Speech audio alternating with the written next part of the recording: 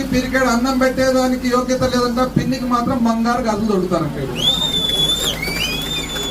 ఎంత అన్యాయంగా మాట్లాడతారు చూడండి. పైగా మీరు ఇంకోటి కూడా గమనించుకోవాలా, చాలా ఇబ్బందులకు గురైన ప్రాంతం మనది. ఎంత ఇబ్బందులు, పార్టీలు, ఫ్యాక్షన్లు. ఈ ఊరు కూడా ఫ్యాక్షన్ చూసి అల్లాడిపోయిన గ్రామాలలో ఒకటి.